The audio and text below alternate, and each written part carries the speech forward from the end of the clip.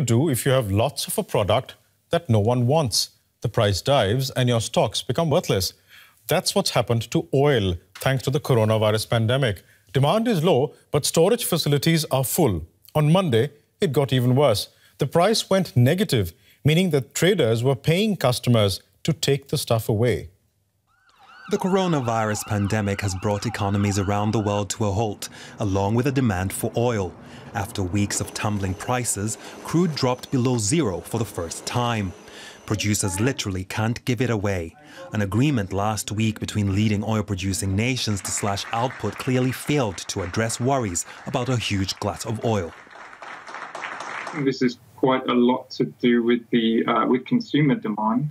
I think we've got an economic disaster coming ahead of us still. So right now, all we're doing is dealing with the lack of travelling from these lockdown measures. So people aren't going to work, people aren't dropping their kids to school, nobody's flying anywhere, and that's really causing a demand problem.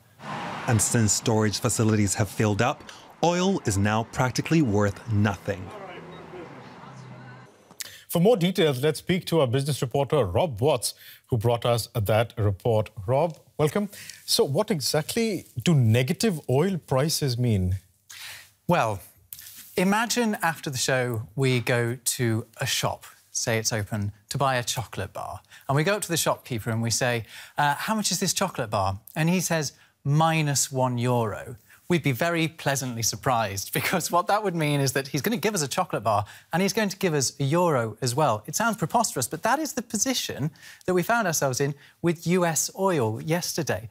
Basically, producers were having to pay buyers to take it off their hands. Since the start of the coronavirus outbreak, people haven't been flying, they've not been driving. All these things require oil. So oil demand has fallen greatly, but production hasn't fallen by the same amount. So it's meant that producers have got this backlog of oil. It's starting to cost a lot of money to store that oil. They've been having to rent tankers off the US coast to put it on. Right. And it's reached the point where it's more expensive to keep it than it is to sell it. So they've been having to literally pay people to take it off their hands and handle the storage costs instead. A friend described it as the barrel costing more than the oil that's within it. But then just on the point that you were making, why is production continuing when there's clearly no demand? Yeah, well, this is something that, nations around the world have been arguing about over the past few weeks. We did have this agreement between the OPEC nations and their allies to cut global production by 10 million barrels a day a couple of weeks ago. It turns out that's not enough to cut it by. But also in the US, companies there have been reluctant to cut their own production. There are certain costs associated with doing that. They also don't want to give their competitors a chance to overtake them. So production has continued, even though they can't sell the stuff fast enough. So it's going through the refineries, but it's got nowhere to go. It's an interesting example you gave about the chocolate bar. I would love to get a chocolate and be paid €1 for it. So if I'm a normal consumer, oil is effectively free. That's a good thing, isn't it? Well, it's a good thing for drivers in the US at the moment. Actually, it's already been a good thing all year for the US. Since the start of January, petrol prices there have fallen by 2/3. So drivers are having a great time of it there. At least they were when they were allowed out on the roads. Now there are much fewer people on the roads. The petrol price is very low, but where are you going to drive? How are you going to use that petrol?